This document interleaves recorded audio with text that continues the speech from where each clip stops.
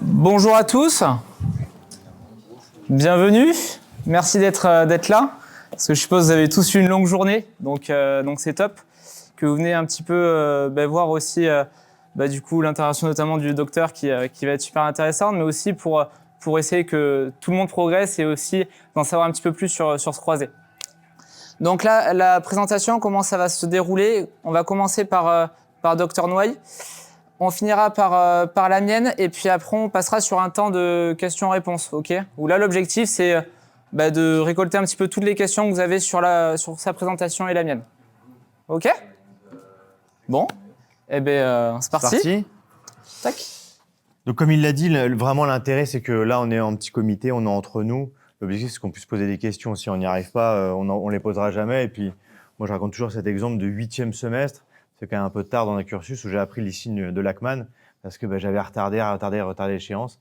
Et à moi, je me trouvais comme un con à essayer de faire ça devant un parterre. J'étais ridicule. Donc, posez vos questions maintenant, cassez-vous la gueule maintenant pour après, dans la fin de votre cursus ou les suites de votre cursus professionnel, être au taquet. Il y a plein de choses à raconter sur le ligament croisé, sur son anatomie, sur ses sites d'insertion, sur la rééducation. Franchement, il y a des travaux qui sont énormes en ce moment sur le sujet.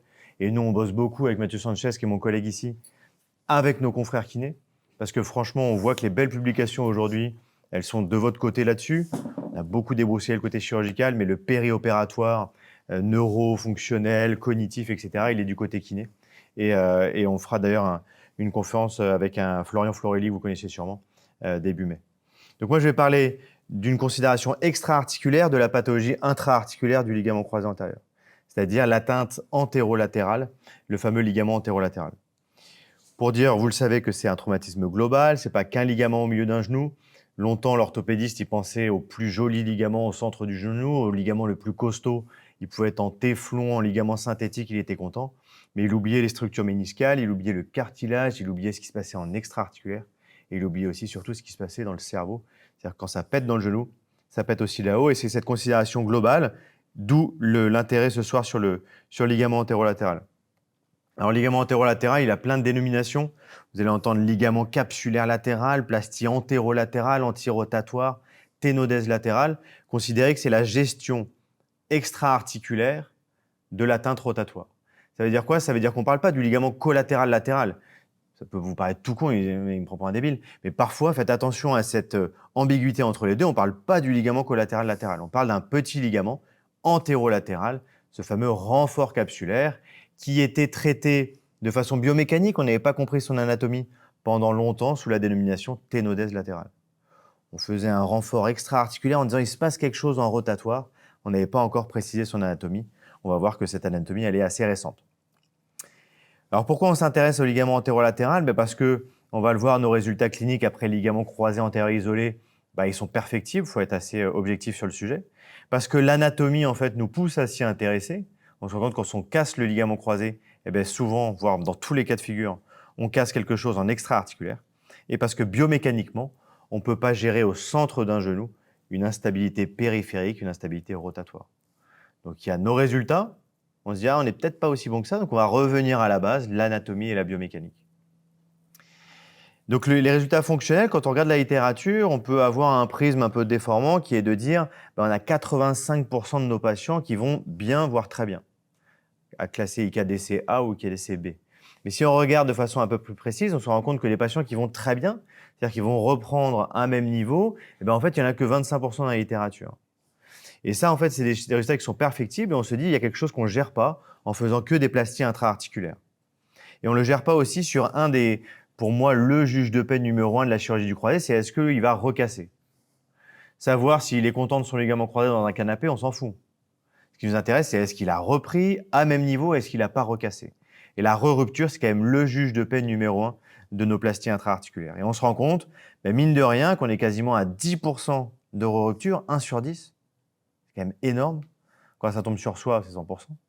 Et qu'en contrôle latéral, on arrive jusqu'à 15-20%. Cette rupture de 10% dans les populations à risque, on arrive quasiment à 1 sur 3. C'est-à-dire que dans la carrière d'un jeune ou même dans la vie d'un jeune, on va dire en dessous de 16 ans, se casser le ligament croisé, c'est une catastrophe.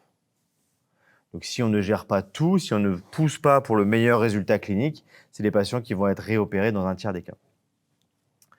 Et puis après, le retour au sport, c'est aussi un de nos juges de paix. Qu'est-ce qu'on peut dire à nos patients? Qu'en gros, après ligament croisé, il y en a 82 qui retournent au sport, 82%. Mais qui retournent au sport au même niveau que 63%. On pourrait avoir le verre à moitié plein en se disant il y a 2 tiers qui reprennent, c'est surtout 1 tiers qui ne reprennent pas au même niveau. Donc ça reste vraiment un coup d'arrêt dans une carrière sportive, même si, on le sait, la rééducation, la réathlétisation, c'est un temps long, et on vieillit pendant ce temps-là, donc parfois on a arrêté son activité sportive, et c'est difficile de se remettre au même niveau. Mais c'est pour dire que c'est très difficile de reprendre au même niveau après une rupture du croisé. Donc de cette chirurgie bénigne, mini-invasive, ambulatoire chez les patients jeunes, on se rend compte que nos taux de rupture, ils atteignent quasiment 10%, que le taux de retour au sport au même niveau, c'est 2 tiers, donc c'est pas tout le monde, et qu'on a des résultats fonctionnels qui sont perfectibles. Donc il faut aller voir ce qui se passe du côté de l'anatomie. Et en fait, sur le plan anatomique, on a vu ce fameux ligament antérolatéral en 2012. C'est l'étude que vous voyez en bas à droite du Journal of Anatomy, c'est une étude belge, qui a décrit ce ligament antérolatéral. On ne parle pas du ligament collatéral latéral, on parle de ce petit ligament antérolatéral en arrière et proximal par rapport à l'épicondyle latéral et juste en arrière du tubercule de Gerdy, qui est ici l'insertion tibiale. Donc c'est deux entités bien différentes. Faites attention de ne pas faire l'erreur de les confondre. Ce ligament, nouveau ligament, 2012, il avait fait le buzz dans le Figaro, sur TF1, etc.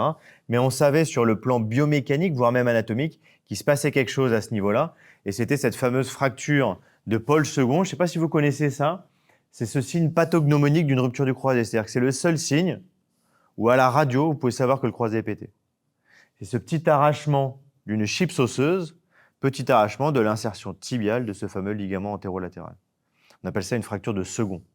Vous regardez une radio d'un mec qui s'est blessé aux urgences, vous le testez, vous n'êtes pas sûr, il est encore un peu algique. Regardez la radio, si vous voyez cette petite chips-là, vous savez que le croisé est pété. Il faudra bien sûr faire l'IRM pour la confirmation diagnostique, mais aussi surtout pour le bilan des lésions associées. Donc le ligament antérolatéral et le ligament croisé antérieur, c'est une association classique, c'est-à-dire que quand on regarde sur l'IRM, on retrouve cette rupture de façon précise dans 90% des cas. Les radiologues ne sont pas encore très formés à ça, il faut des séquences particulières, des séquences millimétriques.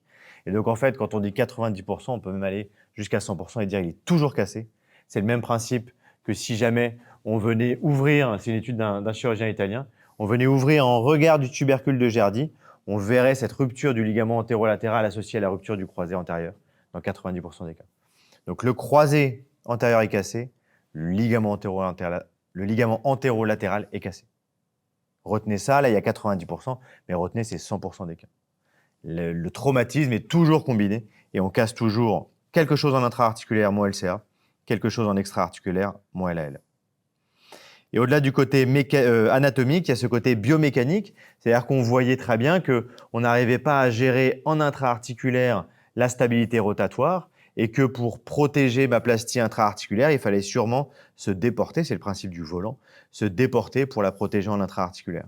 C'était donc le rôle de la fameuse sténodèle latérale qui avait pour but en fait de gérer ce fameux ressaut rotatoire que vous testez. Il y a cette laxité sagittale ici qui est assez marquée et puis le fameux ressaut rotatoire avec la subluxation et la réduction du plateau tibial latéral sous le condyle latéral. C'est ce problème rotatoire. Et si jamais vous voulez examiner certains patients qui ont eu une reconstruction isolée du ligament croisé antérieur, qui sont bien relâchés, bien détendus, vous pouvez reproduire ce ressaut rotatoire puisqu'ils n'ont pas eu de renfort latéral. Donc l'indication du ligament antérolatéral, vous avez entendu moins de 20 ans, les patients à risque, les sportifs pivot contact, les ruptures, le récurvatum, une liste en fait qui s'allonge de plus en plus. Mais la vraie question, ça va être à la fin, pourquoi ne pas faire ce ligament antérolatéral quand on fait une reconstruction du ligament croisé antérieur? Parce que vous allez voir que tous les avantages dans la littérature poussent plutôt à une reconstruction combinée.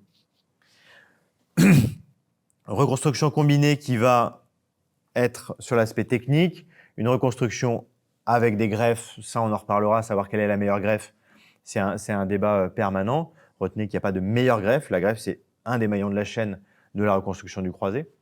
Mais en gros, une reconstruction intra-articulaire, une greffe extra-articulaire qui est cette fameuse sténodèse latérale, Ici, elle est représentée sur la technique originelle de Bertrand Sandricotet avec l'utilisation des ischio-jambiers. Ça, c'est la technique que j'utilise, qu'on a publiée récemment. Et puis après, sur le plan des implications kiné, il faut considérer que le fait de faire une reconstruction combinée du ligament croisé antérieur et du ligament antérolatéral n'entraîne aucune modification de votre protocole. Il n'y a pas de modification du protocole sur la reprise d'appui, sur les mobilisations. Rien ne change dans cette considération-là. Vous retrouverez juste cette cicatrice latérale peut-être un peu plus grande, proche de l'épicondyle latéral. À un moment, on s'était posé la question d'une raideur en flexion. Ben, si le positionnement est isométrique, il n'y a pas de raideur en flexion. S'il y a une raideur en flexion, c'est peut-être que le positionnement de cette greffe latérale n'est pas au bon endroit et qu'elle enraidit le genou.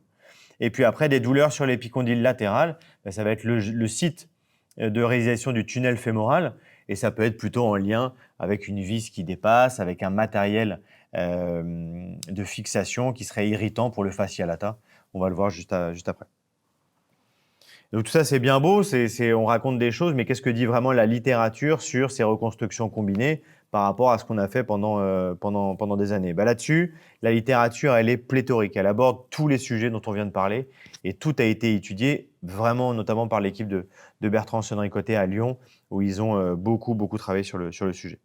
Qu'est-ce que ça dit sur le plan clinique? Ça dit que sur le plan clinique, on a de meilleurs résultats fonctionnels et cliniques et on a un meilleur contrôle de la stabilité rotatoire avec de meilleurs scores IKDC. Donc, ce qu'on essayait d'améliorer nos scores cliniques et fonctionnels, la reconstruction combinée LCA plus LAL le permet par rapport à la reconstruction isolée du LCA. Je viens de le dire, mais sur la stabilité rotatoire, cette méta-analyse qui a étudié plusieurs études, 16 au total, elle montrait que dans tous les cas, sur la translation antérieure, sur la rotation interne et sur ce fameux pivot shift, on restaurait mieux la biomécanique par la reconstruction combinée ligament croisé antérieur et ligament antérolatéral. Sur la rupture, on a dit que c'était quand même l'un de nos juges de paix majeurs. On voit dans les études, avec un recul suffisant pour juger de la rupture, que faire un renfort latéral associé à la reconstruction du ligament croisé antérieur, c'est diviser par 5 le risque de rupture. Donc c'est monstrueux. C'est monstrueux et c'est peut-être là où on doit se dire les fameuses indications de moins de 20 ans, récurvatum, pivot contact, elles sont complètement obsolètes. Si on a ce résultat-là dans la littérature, il faut se demander pourquoi je ne le fais pas à tout le monde. Et ça continue après sur les résultats, puisqu'on voit que prendre un tendon en plus, parce que vous allez me dire, oui, mais pourquoi le DT4 c'est bien, on fait que le ligament croisé antérieur et puis au moins on préserve le gracilis, le fameux DI, sur la force musculaire c'est mieux? Non. Le fait de prélever les 2 ischio-jambiers ne change rien en termes de force musculaire post-opératoire. Et après, sur le retour au sport, il faut considérer que c'est comparable à nos reconstructions isolées du ligament croisé antérieur. C'est important aussi de voir les études de non-infériorité. Retour au sport, on rajoute un renfort latéral, on va diminuer l'instabilité rotatoire, on va diminuer le risque de rupture. Sur le retour au sport, pour l'instant, on est comparable. Et donc, ça entraîne beaucoup d'arguments pour avoir une indication de plus en plus fréquente. Donc, à la question aujourd'hui de vos patients, ils vont vous demander qu'est-ce que je dois faire, quelle greffe je dois demander à mon chirurgien, etc. Tout ça, ça n'a pas de sens. Ce qu'il faut demander, c'est une reconstruction combinée, quelle que soit la greffe intra, quelle que soit la greffe extra-articulaire, ça on peut en discuter. Mais en tout cas, c'est ce côté combiné de la reconstruction qui est fondamental.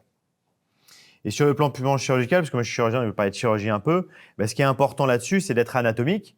L'anatomie, on en a parlé tout à l'heure, sur le LAL ou le ALL dans cette dénomination, il est proche de l'épicondyle, postérieur et proximal, et puis en arrière du tubercule de Gerdy, ce qui permet d'être fixé en extension-rotation neutre pour gérer cette instabilité rotatoire entre 0 et 30 degrés. On s'en fout de gérer l'instabilité rotatoire comme ça, on ne joue pas au foot à 90. Donc c'est vraiment dans cette position-là, vous l'imaginez en extension, qui va se tendre et bloquer la rotation pathologique. Donc ça nous permet d'être anatomique, ça on le voit sur nos radiographies de contrôle. Sur la technique qu'on a publiée, on fait un seul tunnel fémoral au fémur. Ça nous permet d'être moins agressif pour le genou et pour l'os. Un seul tunnel, c'est-à-dire qu'en fait, vous avez votre tunnel du ligament croisé antérieur ici, votre tunnel du ligament croisé antérieur au fémur, mais qui sort au bon endroit ici, en arrière et proximal de l'épicondyle, et donc qui permet d'être le tunnel aussi du ligament antérolatéral qui vient se fixer ici au tibia. Cet aspect purement technique, On vous enverra par mail la vidéo avec l'article originel. Comme ça, vous pouvez le voir, l'appréhender. Et nous, avec Mathieu, on vous reçoit quand vous voulez au bloc. On a souvent des kinés qui viennent au bloc, j'en reconnais quelques-uns. Donc venez franchement voir un peu ce que donne l'agression chirurgicale pour mieux comprendre l'impact tissulaire et notamment le premier mois, ce que ça donne dans vos cabinets. Je trouve que c'est hyper intéressant. Nous, avec Mathieu, on a beaucoup bougé dans les cabinets de kiné, on a vu comment ça fonctionnait. Et au lieu d'écrire sur... Enfin, peut-être qu'on fait ça, je sais pas, mais au lieu d'écrire sur une ordonnance kiné post-op, on essaie d'être un peu plus précis et de considérer vos travaux comme vous considérez nos travaux. C'est pas de la démagogie, hein, je pense vraiment. On le pense vraiment. Et après 1 ou 2 faisceaux, en gros, dans la littérature, pour l'instant, on ne répond pas à ce sujet-là. Ça reste une question d'école. Moi, je fais un seul faisceau avec le tendon du DI, puisqu'on laisse les 2 ischios pédiculés. On avait fait une publication sur l'intérêt mécanique et biologique de cette préservation des ischio-jambiers. Petite particularité qui peut vous intéresser aussi, c'est que cette cicatrice latérale, on a dit qu'elle était en arrière et proximale de l'épicondyle. Elle est proche de certains petits vaisseaux qu'on appelle les vaisseaux de Lemaire. C'est pour ça que vous pouvez retrouver des petits hématomes comme ça sur cette cicatrice-là. Quand vous avez un hématome post-opératoire sur une cicatrice, J2, J3, le patient a mal, la tension a augmenté, la petite veine qui pulse, ça peut être assez impressionnant. Moi, j'ai des belles photos de mes patients avec des hématomes impressionnants. Ayez vraiment le réflexe de faire un compressif, le paquet de compresse sur la zone, et je serre comme un russe.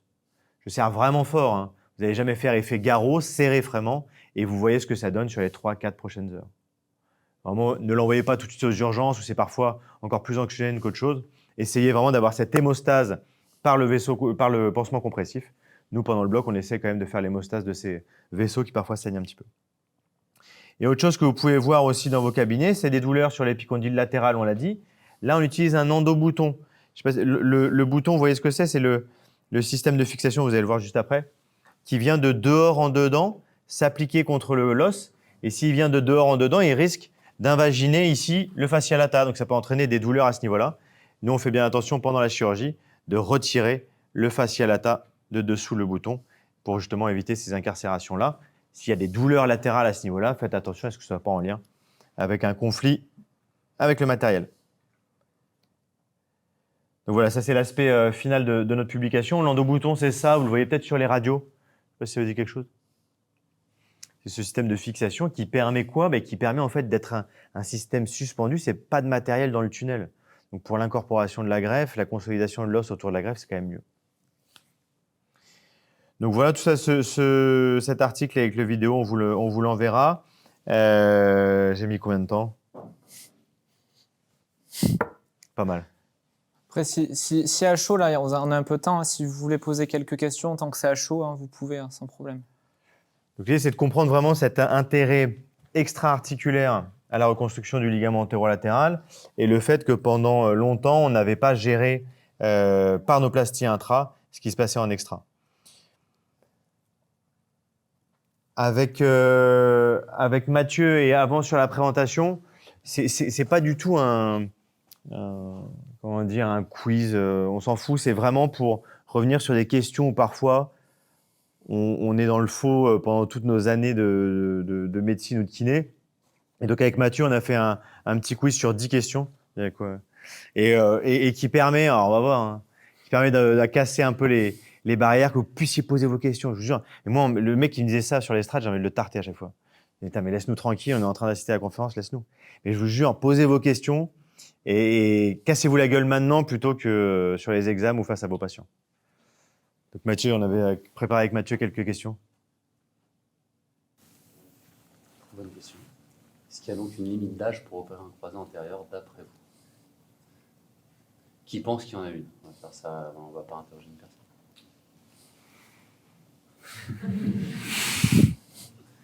Ok, donc l'ensemble de la salle est plutôt... Okay. Tu veux qu'on se mette à parler? Oui. Donc tout le monde pense qu'il n'y a pas de limite d'âge et tout le monde visiblement est super bien informé sur la question. Donc non, il n'y a pas de limite d'âge pour opérer un croisé, c'est une question de fonction, d'accord? Il y a une de nos bonnes amies, Cécile Toinette, qui a publié cet article qui montre qu'on a d'excellents résultats et même de meilleurs résultats globalement, souvent chez le sujet de plus de 50 ans après ligamentoplastie, parce que c'est une autre population qui a plus le temps, qui s'écoute, qui n'a pas la même volonté de reprise sportive, notamment de contact, évidemment, qu'une population plus jeune, et qui va bien faire sa réathlée jusqu'à attendre le bon moment et pas éviter de retourner trop tôt au contact.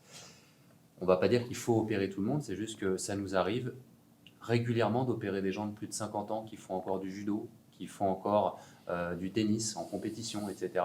Et c'est des gens qu'il va falloir sélectionner nous. On leur laisse en général plus de temps sur la réathlétisation préopératoire et de voir ce que donne leur genou. Globalement, on leur laisse environ 6 mois. Si jamais il y a encore des phénomènes d'instabilité ou que le patient est très motivé, il y a une indication chirurgicale. Et évidemment, se prémunir aussi de l'arthrose sous-jacente que peuvent avoir ces gens. On ne gère en rien la douleur par rapport à une ligamentoplastie.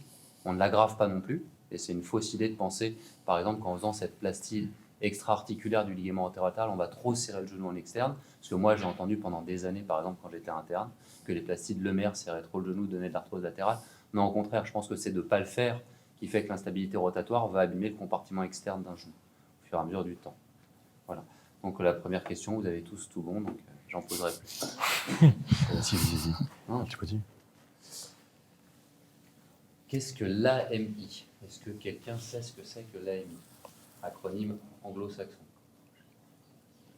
On va interroger. Hein. Ah, j'aime pas faire perdre le temps. Non, franchement, tout le monde sait ce que c'est que l'AMI. Est-ce qu'il y en a un? Il y en a qui ne savent pas. Tout le monde sait. Moi, je connais, mais je ne suis pas expert dedans. Tout le monde sait l'acronyme, tout le monde sait ce que ça veut dire ou pas, AMI? Ouais. Alors ça veut dire quoi? Ça veut dire arthrogénique muscle inhibition. Globalement, c'est, pour traduire en français, c'est l'inhibition neuromotrice du quadriceps. Globalement, nous, on est en train de développer, et Thibaut, avec des kinés, des consultations préopératoires pour dépister ces patients qui, après leur traumatisme initial, après leur rupture, se mettent spontanément en inhibition neuromotrice du quadriceps. Ça, c'est carton rouge pour nous pour opérer, parce que c'est des patients qui vont avoir une raideur importante, un flessum post-opératoire, donc un risque de cyclope, voire un risque de développer finalement un schéma d'extension qui ne sera jamais bon, et donc de ne pas récupérer leur quadriceps à 100%, ce qui est indispensable rien que pour la course à pied accélérée, le sprint. Donc globalement, comment ça se passe, juste pour vous expliquer très clairement les choses, la douleur, la peur génère une contraction réflexe des ischio-jambiers pour mettre le genou en position de défense naturelle, parce que c'est la position dans laquelle il a le moins mal, qui lui permet de fonctionner. Donc on a un flessum actif de 5 à 10 degrés en fonction des gens plus ou moins importants. C'est un effet agoniste-antagoniste. Les ischio-jambiers sont contractés en permanence, donc le quadriceps ne peut plus fonctionner. Okay, très simple. Et vous allez le voir sur quasiment 100% des croisés en post-op opérés développent cette rétraction des ischios, d'autant plus que nous, on leur pique parce que c'est la greffe la moins morbide à prendre des ischio-jambiers, très bien, mais il y a aussi un claquage musculaire généré par la chirurgie qui font que les autres se mettent en rappel. Donc le quadriceps ne fonctionne plus, donc on se retrouve avec un flessum. Nous, c'est aujourd'hui quasiment la seule complication, en dehors de la re-rupture et de la lésion méniscale qui ne cicatrise pas, de notre chirurgie du croisé antérieur. Donc on la chasse. En préopératoire, il n'y a pas de délai. Tant qu'il y a un déficit d'extension active, il ne faut pas opérer ces gens-là, quitte à revenir 3, 4, 6 mois derrière pour les opérer et bien leur expliquer psychologiquement comment ça se passe. Okay, ça, c'est vraiment... Nous, aujourd'hui, c'est notre hantise et c'est là-dessus qu'on doit améliorer les choses et qu'on espère améliorer les choses, justement en le prenant en charge correctement. Si sur les, Ouais. sur l'AMI, si vous voulez en savoir davantage, il y a notamment, il en a beaucoup parlé, Dr Noailles, c'est le Dr Bertrand Sandricoté qui a fait une thèse sur l'AMI, qui est en vidéo sur YouTube. Donc, globalement, en 20 minutes, vous pouvez avoir aussi un truc, avoir aussi des infos supplémentaires si vous voulez approfondir le sujet.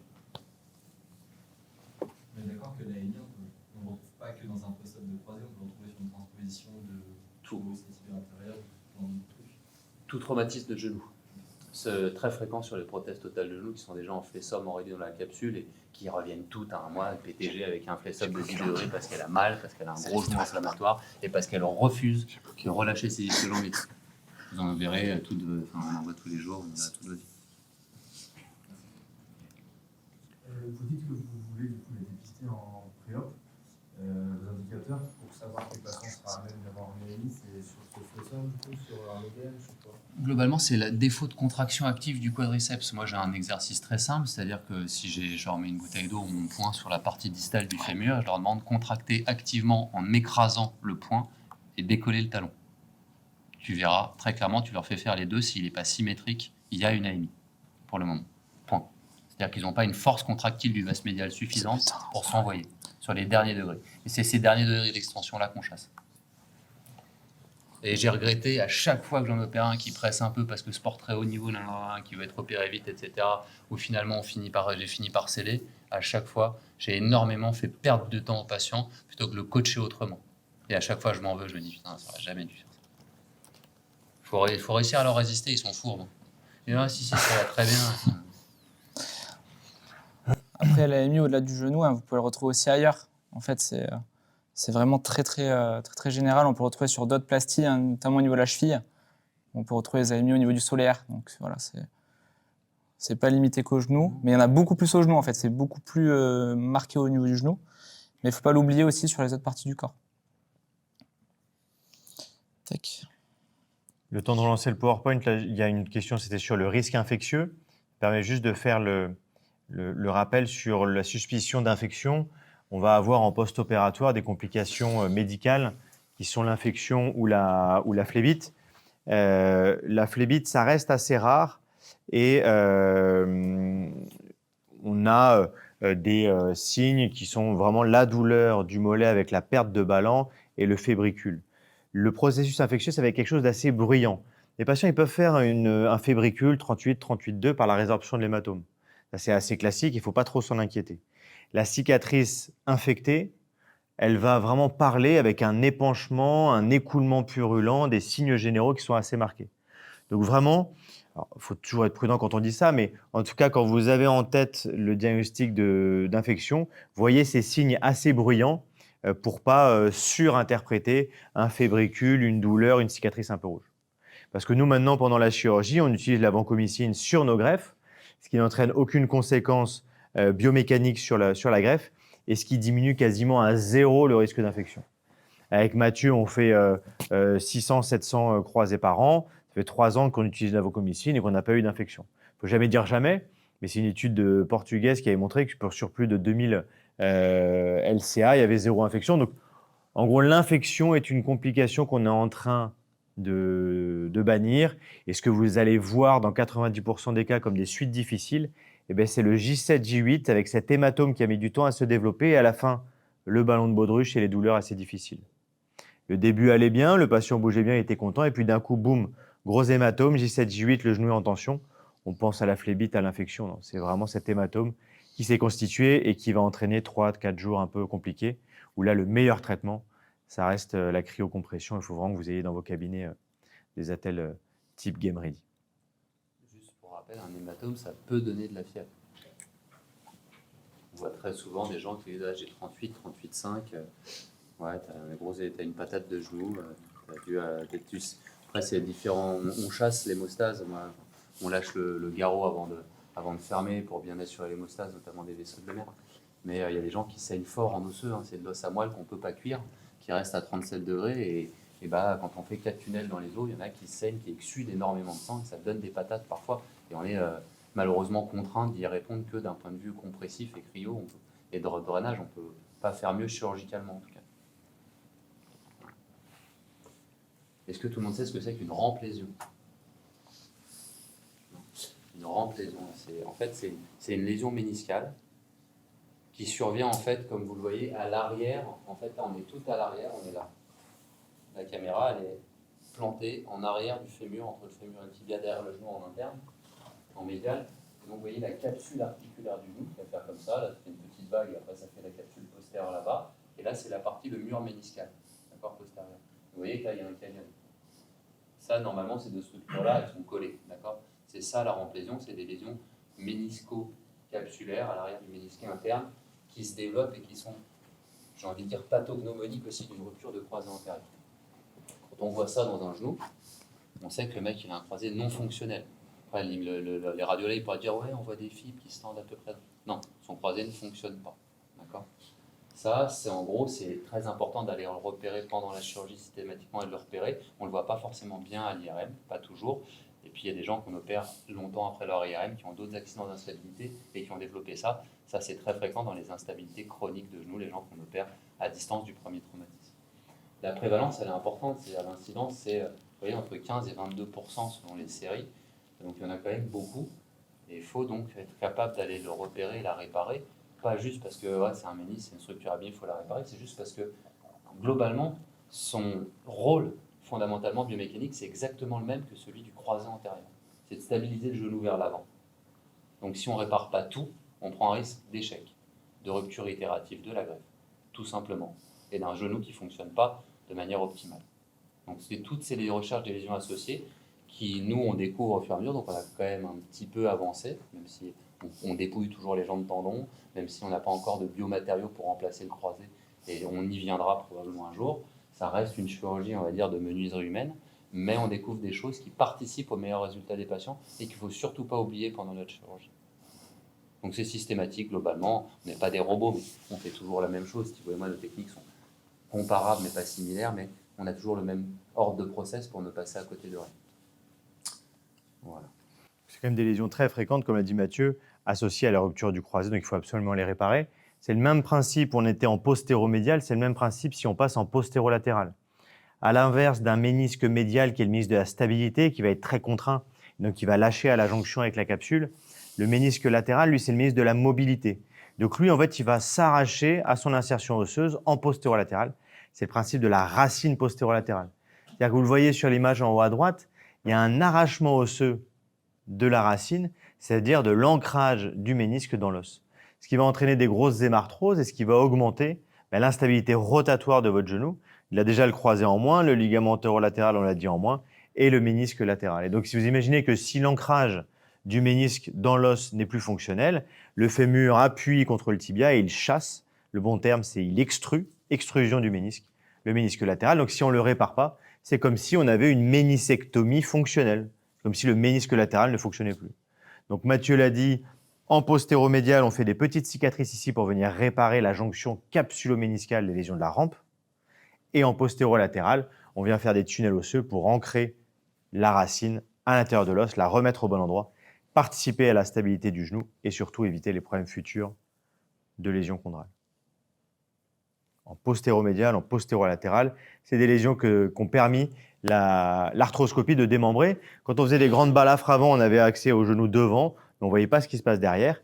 Et les lésions qu'on voit ici, parfois elles sont appelées hidden lésions, lésions cachées, parce qu'en fait, on les a découvertes de façon récente. On le cite encore, c'est Bertrand Sonnet-Côté qui a beaucoup travaillé aussi sur cette lésion de la rampe.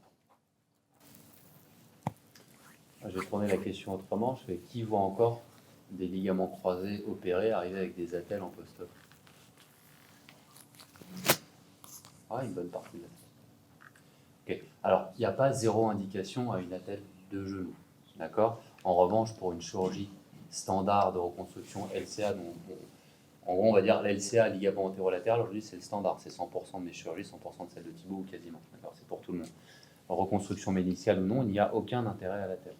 Ça, c'est un choix du chirurgien pour se rassurer probablement ou rassurer le patient. Moi, je pense que ça a une vraie vertu négative sur, notamment, ça peut déclencher plus d'inhibition neuromotrice du quadriceps, de bloquer un fonctionnement de genou normal. Et c'est surtout prouvé scientifiquement que ça n'a aucun intérêt. Okay. L'attelle articulée, pourquoi pas? On fait très souvent des reconstructions combinées d'autres ligaments, notamment le ligament collatéral médial qui peut péter, accident de ski, grande laxité interne, et on est amené à reconstruire ce ligament. On peut protéger le ligament collatéral médial reconstruit par une attelle articulée dans les premiers jours. Mais c'est la seule indication pour moi aujourd'hui, le multiligamentaire, très clairement. Voilà, les béquilles, oui, je pense que c'est important parce que ça picote quand même un peu, l'appui n'est pas bon. Post-anesthésie, on veut éviter une glissade, il faut récupérer un bon schéma de marche. Voilà, tout ce genre de paramètres qui fait que jeter un mec dehors sans béquille initialement, je ne pense pas que ce soit non plus une bonne idée pour ni le phénomène antalgique initial qu'on souhaite, ni pour récupérer une marche correcte pour le patient. Ça nous permet de revenir sur le fait aussi qu'il ne faut pas hésiter à appeler les chirurgiens quand vous avez des doutes sur le protocole post-opératoire, l'utilité d'une béquille, pourquoi il a tant d'anticoagulants. N'hésitez pas à appeler. À un moment, il y a des vérités dans la littérature. Alors, je ne vous dis pas de lui dire on a vu les deux Gugus, ils ont dit qu'il ne fallait pas, machin. Mais en tout cas, essayez de questionner, de comprendre, décrochez votre téléphone. Et si celui en face, le chirurgien en face, vous envoie péter, c'est que c'est un con. Et donc, après, vous pouvez passer à autre chose et dire aux patients, peut-être pas ça, mais en tout cas, allez confronter vos certitudes et vos connaissances, parce que c'est vous qui le voyez tous les jours, le patient, à une réalité parfois ancienne de pratiques chirurgicales qui ont beaucoup progressé depuis plusieurs années.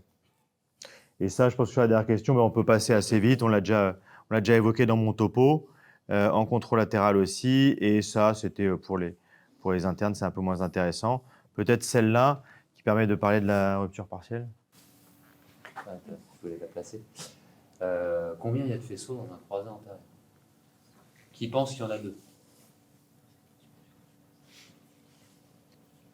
Un dixième. Okay. Très bien. Eh ben non, il n'y en a pas 2, il n'y en a qu'un. Et en fait, pendant des années, on a pensé qu'il y en avait 2, mais c'était un artifice de dissection. En fait, il y avait une membrane synoviale autour qui laissait penser qu'il y avait 2 faisceaux, parce qu'en fait, c'est une torsade. Thibaut, il a confirmé dans sa thèse, à l'époque, quand on s'est rencontrés, les travaux d'un Polonais qui s'appelle Robert Smigliski, qui a bien montré qu'en fait, si on détord le ligament croisé, on fait tourner le fémur de 83 degrés, en fait, c'est un ruban qui tourne sur lui-même. Donc quand on arrive dans le genou en disséquant, on a l'impression qu'il y a 2 faisceaux. Et les mecs, en le disséquant, ont réussi à peu près à les dessiner en les colorant initialement. Mais en fait, pas du tout. C'est un monobrin torsadé sur lui-même comme ça. Il y a même des IRM où on a vraiment l'impression de voir 2 faisceaux. Mais en fait, pas du tout. Voilà. Ça permet de répondre à la question, est-ce que la rupture partielle existe? En fait, anatomiquement, elle n'existe pas. Ça ne veut pas dire qu'on dit que la cicatrisation n'est pas possible, mais en tout cas, la rupture partielle n'existe pas. Et le diagnostic faussement rassurant d'une rupture partielle décrite par le radiologue à l'IRM, il n'est pas, opportun pour le patient, parce qu'il va sortir de là en disant « Ah, c'est que partiel, c'est bon, je peux continuer ». Alors qu'en fait, fonctionnellement, son ligament ne tient plus, et que les petites fibres qu'on voit détendues entre le fémur et le tibia, elles ne permettent pas de reprendre les sports pivots ou autres pour le patient.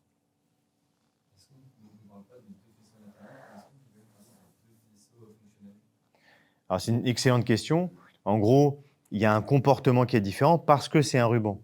Et donc, il faut imaginer qu'entre des insertions tibiales qui vont être sur un plan axial et une insertion fémorale qui va être sur un plan sagittal, tu vas tendre un faisceau.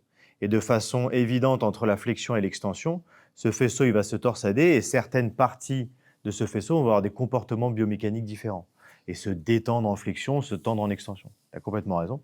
En tout cas, anatomiquement, c'est pas individualisable. Ouais, puis c'est assez complexe parce qu'en fait, les insertions, nous, on fait des trous ronds pour rentrer des greffes qui sont, moi j'essaie de les faire à peu près plates. Je ne les torsade pas, mais on rentre des rondes. En fait, les insertions natives d'un ligament croisé antérieur, c'est ovoïde et arciforme de l'autre côté. Donc là, c'est un système ultra complexe, je pense, anatomiquement, qu'on n'arrive pas à biomodéliser pour le moment, nous, avec nos greffes. Mais évidemment, il y a des comportements extrêmement... C'est comme, si tu veux, un câble électrique ou un air avec plein de petits axones dedans qui tournent et qui se comportent complètement différemment en fonction des positions du joug. Une rupture sous disant partielle, du coup, nécessite tout autant une ligamentoplastie qu'une rupture totale. Alors après, la rupture partielle, en gros, tu te dis ça n'existe pas, je m'en fiche, mais ça ne veut pas dire que je vais t'opérer. C'est-à-dire qu'après, je vais juger de ta plainte et avec Mathieu, on est d'accord sur l'indication opératoire, c'est toujours difficile qui il faut opérer. On a dit que l'âge, on s'en foutait. Mais en gros, pour nous, on va dire le jeune pivot contact. Moins de 20 ans, pivot contact, il fait du foot toutes les semaines, il y a un moment, ça va mal se passer quand même. Quand on a 20 ans, qu'on fait une fois du ski dans l'année, ça peut se discuter. Mais en tout cas, 20 ans pivot contact, jeune, ça peut être moins de 40 ans, on s'en fout de la limite, mais association lésionnelle, rupture du croisé, plus lésion du ménisque. Tu sais que dans 10 ans après cette association lésionnelle, il y aura des lésions d'arthrose. Donc deuxième indication opératoire.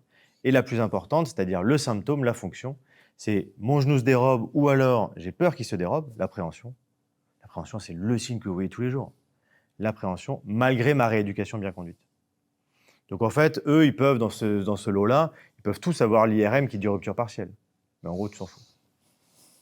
La cicatrisation est possible, la rupture partielle n'existe pas. Du coup, le côté partiel serait sur la... Enfin, il y aurait une partie des fibres transversales qui serait cassée, il en resterait accroché. En fait, quand tu vas rentrer dans le genou, tu vas voir en fait quelques fibres qui restent présentes, mais qui sont détendues. Ça, c'est d'abord détendu avant de lâcher. Tu vas voir quelque chose qui reste présent, qui peut donner un hyposignal à l'IRM, mais qui n'est pas fonctionnel. Tout est bon pour vous? Vous n'hésitez pas, on enverra après nos mails avec Mathieu, nos portables. On fonctionne beaucoup par texto, par mail. Vous nous envoyez des textos, vous nous envoyez des mails. Vous venez au bloc et vous nous posez toutes vos questions. On est là pour ça. Et nous, on vous posera toutes nos questions aussi. Parce qu'on ne comprend rien à la chaîne ouverte, chat fermé, isométrique. On est perdu. Hop.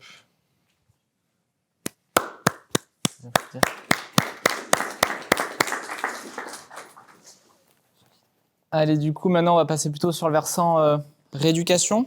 Ok. Avant ça, je vais rapidement me présenter pour que vous compreniez en fait les 2-3 points qu'on va aborder. Donc, moi, je m'appelle Damien, je suis kiné du sport. Je travaille à temps plein au sein de la structure 11 Stadium, ok, sur Lyon. Au sein de cette structure, donc, on a plusieurs objectifs. Déjà, c'est la formation. Ensuite, on a un objectif de recherche.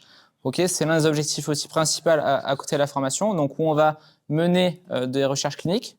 Donc, tout l'intérêt un petit peu du travail qu'on va vous présenter aujourd'hui et des projets qu'on va avoir nous par la suite. Et ensuite, on a un versant où on fait de la réathlétisation, surtout des sportifs élites, et aussi on passe des tests fonctionnels. Donc, aujourd'hui, on va aborder un petit peu le parcours du patient dans toute la réathlétisation et surtout de savoir, nous, comment l'évaluer de façon objective.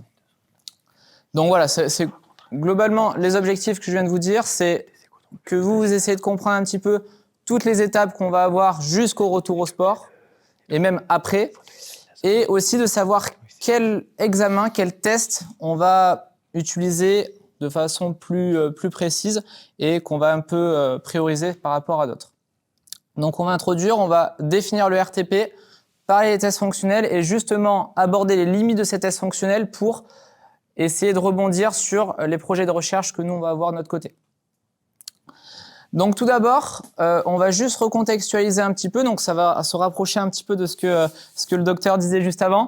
Donc la problématique actuellement, c'est que la rupture du LCA, c'est quelque chose qui est très problématique de par ses conséquences déjà physiques, mais aussi économiques dans le sport professionnel, mais que ces récidives en fait elles sont très importantes et elles interviennent surtout très tôt. Ok, elles interviennent aussi souvent en fait dans la première année, ok, post-blessure. Donc ça veut dire que nous on a un réel impact, on a un réel intérêt à jouer. Ok, c'est encore une fois les pratiques commencent à évoluer et justement c'est tout ce qu'on essaye d'amener pour agir sur ça. Donc c'est pour ça que Kinesport donc et à travers toutes ces réhab mettent un protocole trace qui lui se base sur plusieurs choses, donc non pas sur des critères temporels, mais plutôt sur des critères objectifs et des indicateurs et des critères de passage. Donc nous ici, on va surtout se focaliser sur la phase 3 et 4, hein, je vous épargne la phase 1 et 2, mais la phase 3 et 4, donc la phase 3 qui elle correspond plutôt à la phase de reprise de course à pied, travail un petit peu sur terrain, et puis la phase 4 où c'est vraiment la phase de où on va essayer de remettre l'athlète dans son environnement de façon un petit peu chaotique. Donc, notre objectif, nous, c'est que notre athlète reprenne le même niveau, même voire supérieur. Ok, il faut vraiment être ambitieux. Il ne faut pas que notre athlète, on le remette au sport et qu'on estime qu'il a repris et c'est ok. Il faut vraiment qu'il soit à un niveau supérieur. Parce que eux, c'est ce qu'ils attendent en fait. C'est-à-dire que quasiment tout le monde pense qu'ils vont retourner au niveau prélésionnel. Sauf que comme, très bien, donc je vais reprendre un petit peu les chiffres que le docteur a dit tout à l'heure, ces chiffres-là sont un peu plus problématiques en fait. Et en plus, ces chiffres-là ont tendance encore plus à diminuer au fur et à mesure des années. On va avoir des gens qui vont même reprendre des sports avec moins de contraintes, ok, des sports avec moins de charges. Ils vont complètement changer d'activité.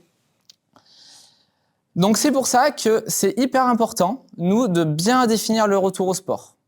Il y a plusieurs définitions de retour au sport, notamment le consensus de Berne, qui n'est pas globalement celui-là. Le consensus de Berne est intéressant d'un point de vue recherche. Nous, c'est plutôt celui-là qui va nous intéresser. C'est quelque chose d'adapté du consensus de Berne qui se compose de plusieurs phases. Donc là, vous pouvez voir, on a la phase de réhab. Donc nous, c'est celle qu'on se sert donc, et qu'on a au cabinet. Et en fait, après, on va avoir plusieurs phases. Donc l'OFR, qui est l'on-field rehabilitation, qui, lui, est la phase où on va commencer à remettre l'athlète dans ses conditions sportives.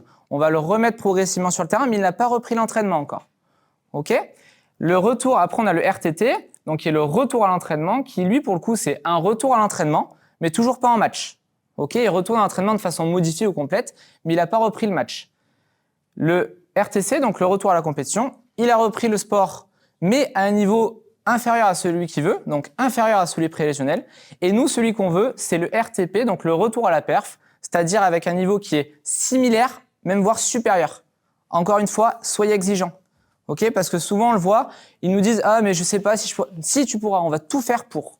Ok, c'est ça notre objectif. Et pour justement essayer de cadrer notre éducation tout au long de ce processus, il y a un continuum contrôle chaos de Matt Terberner qui est intéressant, qui lui se base sur justement l'aspect chaotique de notre réhab. Donc on part sur quelque chose qui est plutôt fermé, avec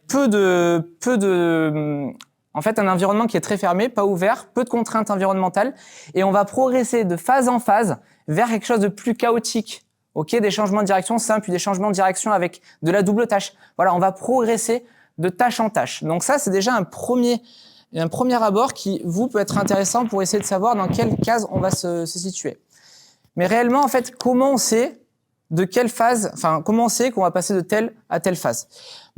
Jusqu'à aujourd'hui, le critère temporel était le plus cité et notamment le plus étudié.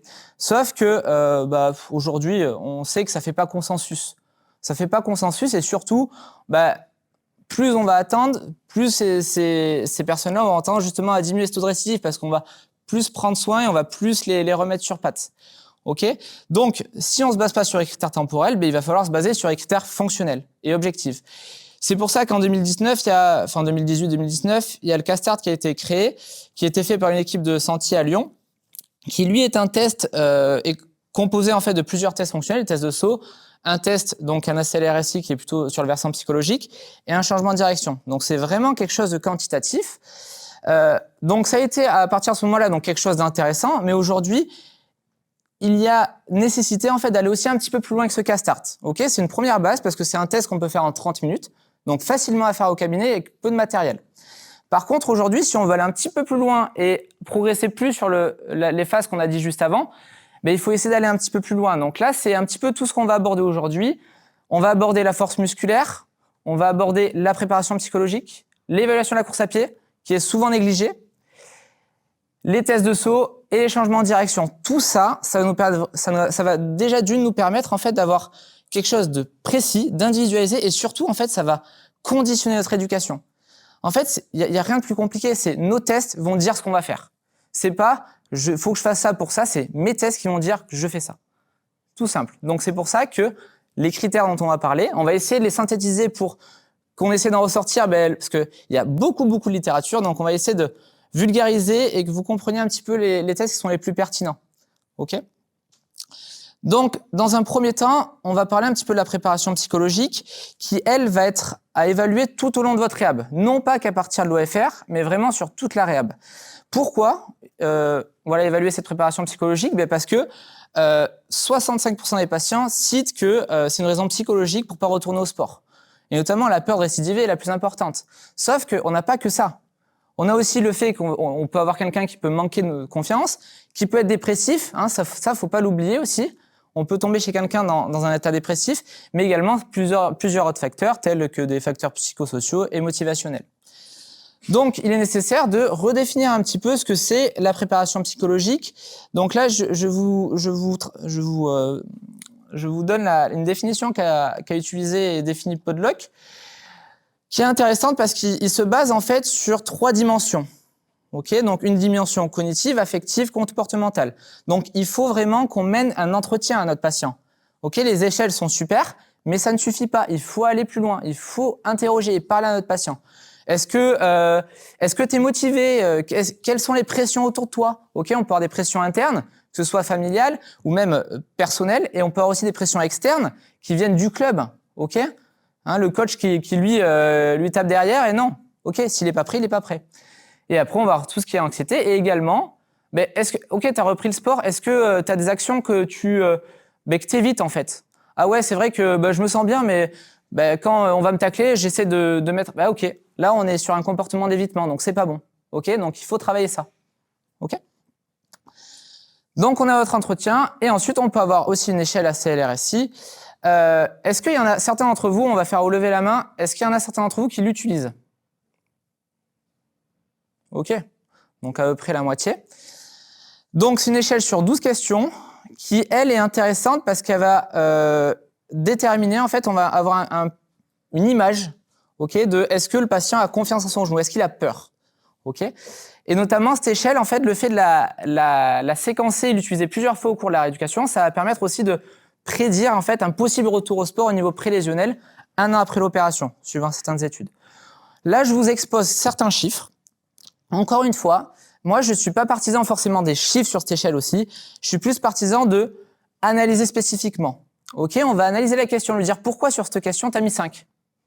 Moi, en général, quand je la fais, je conseille justement à chaque fois, par exemple, qu'il met moins de 6, je lui dis, ok, tu mets un mot à ton raisonnement. Ok, pourquoi tu m'as mis 6? Et en fait, des fois, ils vont vous dire, ouais, je mets 6 parce que juste j'ai peur là d'arriver dans un ruck où j'ai la personne qui arrive et qui me prend sur le côté.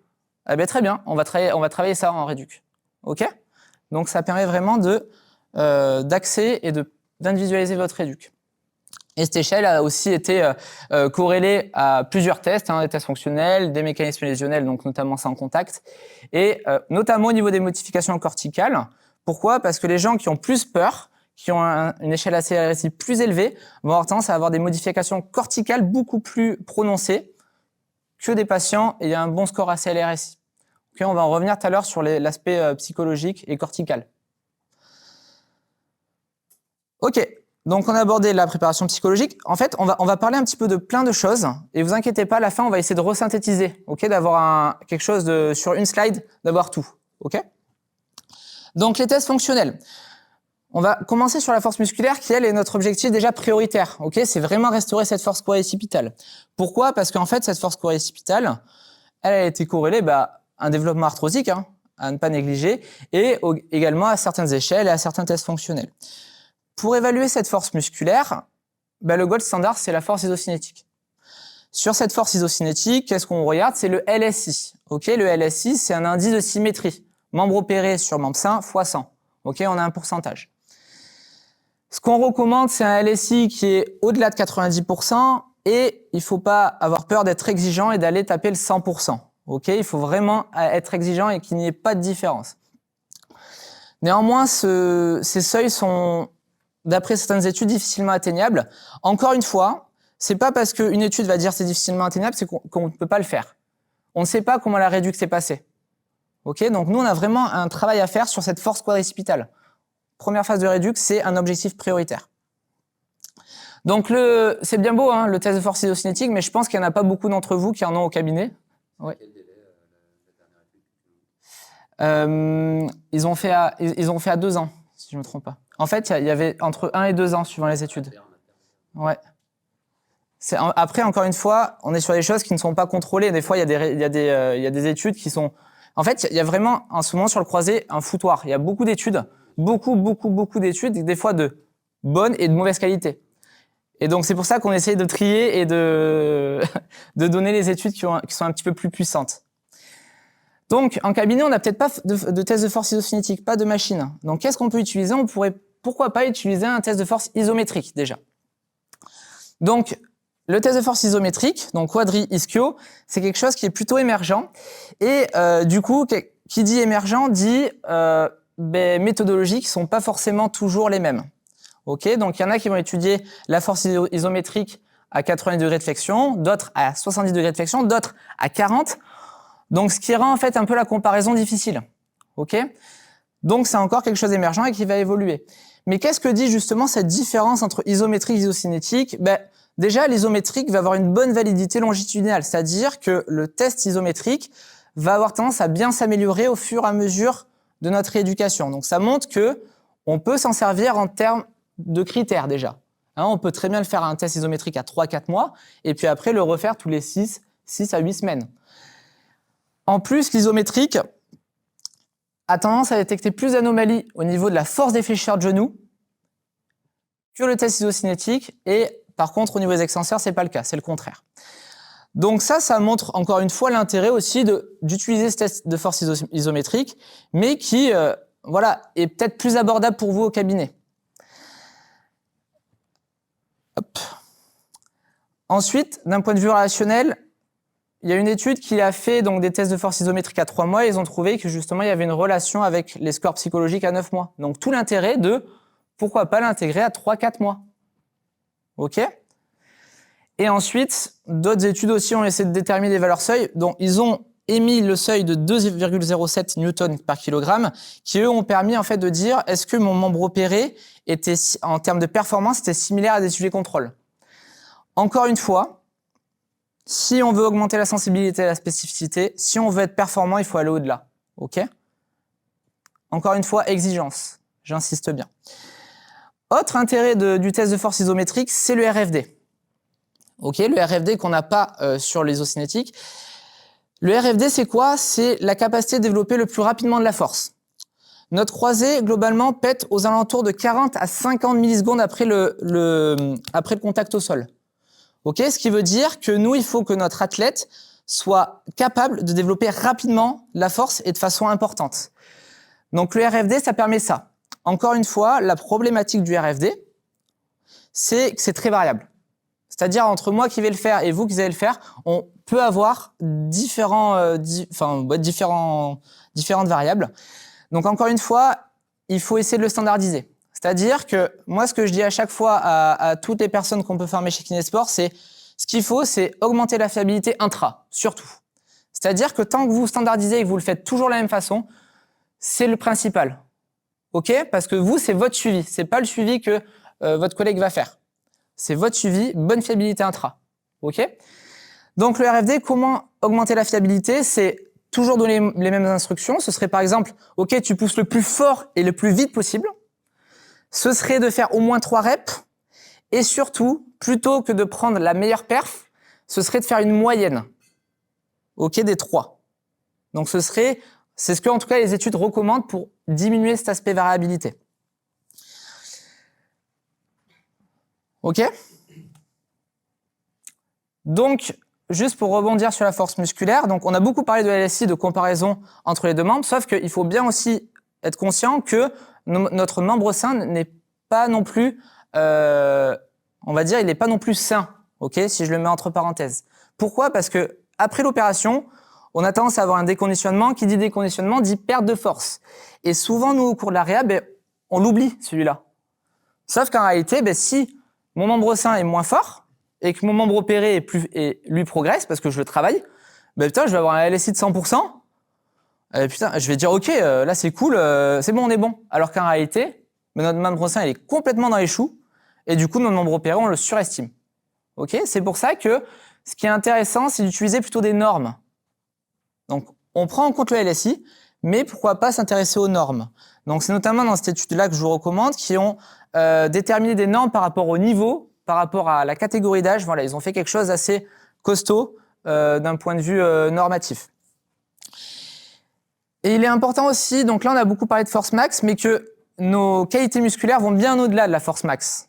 OK, il faut vraiment essayer d'aller évaluer plusieurs choses parce que notre membre opéré est souvent déficitaire, non pas qu'en force max, mais aussi en force réactive, en capacité pliométrique, ses capacités excentriques. Donc ça, c'est ce qu'on va parler juste après. Et ça, on va permettre de l'évaluer grâce à des plateformes de force. OK? Et donc ça nous permet d'avoir quelque chose qui est plutôt complet. Donc maintenant, pour passer aux tests fonctionnels, donc aux tests de saut, je vais vous montrer un petit peu les tests fonctionnels qui sont présents dans le CASTART. Donc là, par exemple, on a le single leg landing qui est un test qualitatif. Ensuite, on a le single hop qui, lui, est un test quantitatif, c'est-à-dire qu'on mesure une distance entre pointe du pied, talon à l'atterrissage. Même chose en triple. Ensuite, on va avoir le side up qui est, lui, plutôt un test de sauts latéraux. Donc là, pendant 30 secondes sur une distance de 40 cm. OK, on essaie de faire le plus de touches possible. Le crossover qui est la même chose que le triple, mais en croisé. Et ensuite, l'Illinois qui, lui, fait partie du CASTART. C'est pas un test de saut, mais c'est un test plutôt de changement de direction. OK? Donc, qu'est-ce que nous dit la littérature sur ces tests de saut? C'est ce schéma-là. Donc, globalement, on s'intéresse beaucoup à la distance de saut. Sauf qu'en réalité, si on prend cette étude-là, ils ont montré que lors des sauts horizontaux, notre genou contribue à 13% de la performance. C'est-à-dire que la distance que je mesure, le genou contribue qu'à 13%. Ce qui montre que si mon genou est déficitaire, peut-être que je vais passer à côté parce que mon genou contribue qu'à 13%. Par contre, sur les sauts horizontaux, à l'atterrissage, mon genou contribue quasiment à 65%. Donc, pourquoi pas se focaliser en plus sur l'atterrissage. Ok, je vais vous montrer une vidéo juste après. En haut, on a le membre opéré, en bas, le membre non opéré. Donc là, on peut voir en haut qu'on a quelqu'un qui a tendance, par rapport à en bas, à diminuer sa flexion de genou, à augmenter sa flexion de tronc, sa flexion de hanche et son antérieur pelvic. Donc ça, c'est clairement des mécanismes lésionnels du croisé. Ok, et pourtant, c'est des gens qui ont une bonne symétrie de saut. Mais pourtant, ils sont pas optimales. Ils sont pas optimaux, excusez-moi. Ok? Donc, deuxième point important. Après, si maintenant on vient sur les sauts verticaux. Les sauts verticaux, globalement, que ce soit en propulsion et atterrissage, on contribue de façon à peu près égale, en fait, entre les articulations. Et notamment au niveau de la propulsion, donc là, c'est lorsqu'on va mesurer la hauteur de saut, ben, le genou contribue à 34%, donc globalement, c'est intéressant parce qu'on va peut-être mettre en évidence des déficits de genoux. Mais aussi, vu qu'il contribue à 34%, et que c'est pas très traumatisant pour le genou non plus, c'est quelque chose qu'on va pouvoir intégrer assez tôt dans la rééducation. Ok? Lorsqu'on va retravailler notre force, qu'on va être ok, on va le voir sur le continuum tout à l'heure, ben on va pouvoir l'intégrer ça.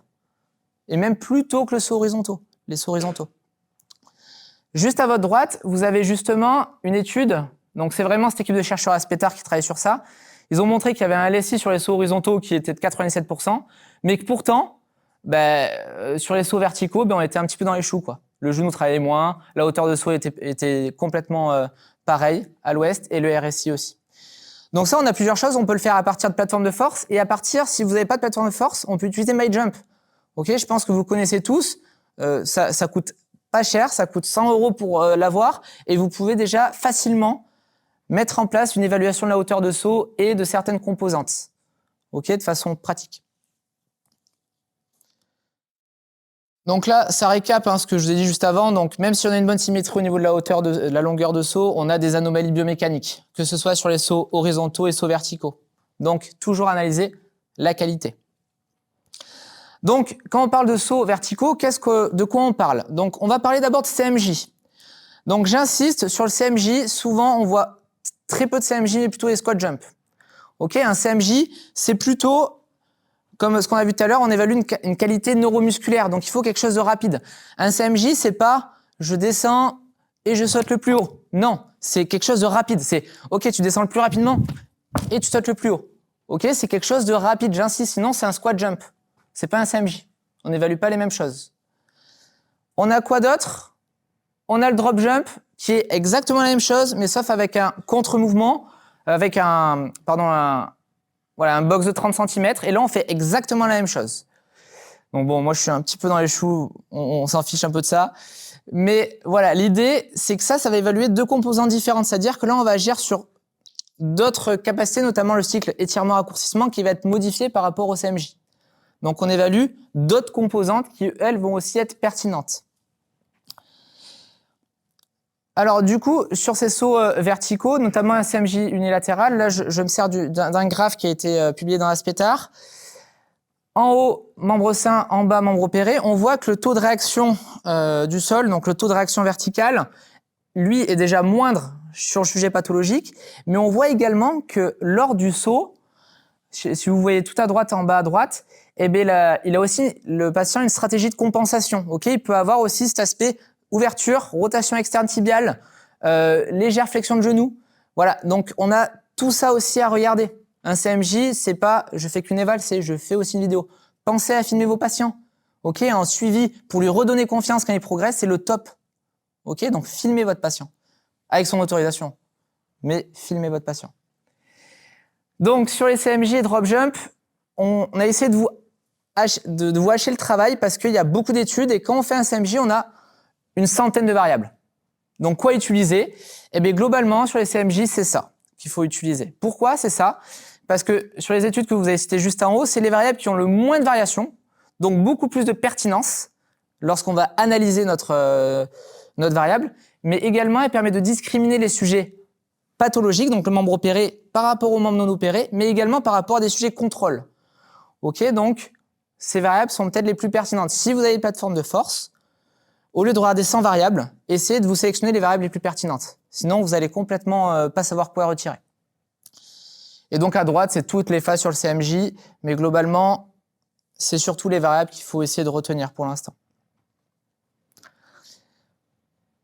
Ok, maintenant, on va passer sur l'analyse de course. Alors, l'analyse de course, on voit trop souvent du coup, on va dire à notre patient, ok, c'est bon, tu peux reprendre la course, t'y vas. Séance d'après, ok, ça a été. Oh ouais, j'ai pas de douleur, pas d'œdème, j'ai pu courir 5 km. Ok, tu vas faire 10 km demain. Ok, 10 km, ouais, ça va, putain, je suis super bien. Ah, mais c'est bon, t'as réussi la course à pied. Alors que pas du tout. Ok, justement, on a souvent des personnes qui se disent, ok, tout va bien, mais qu'on note encore plein d'anomalies.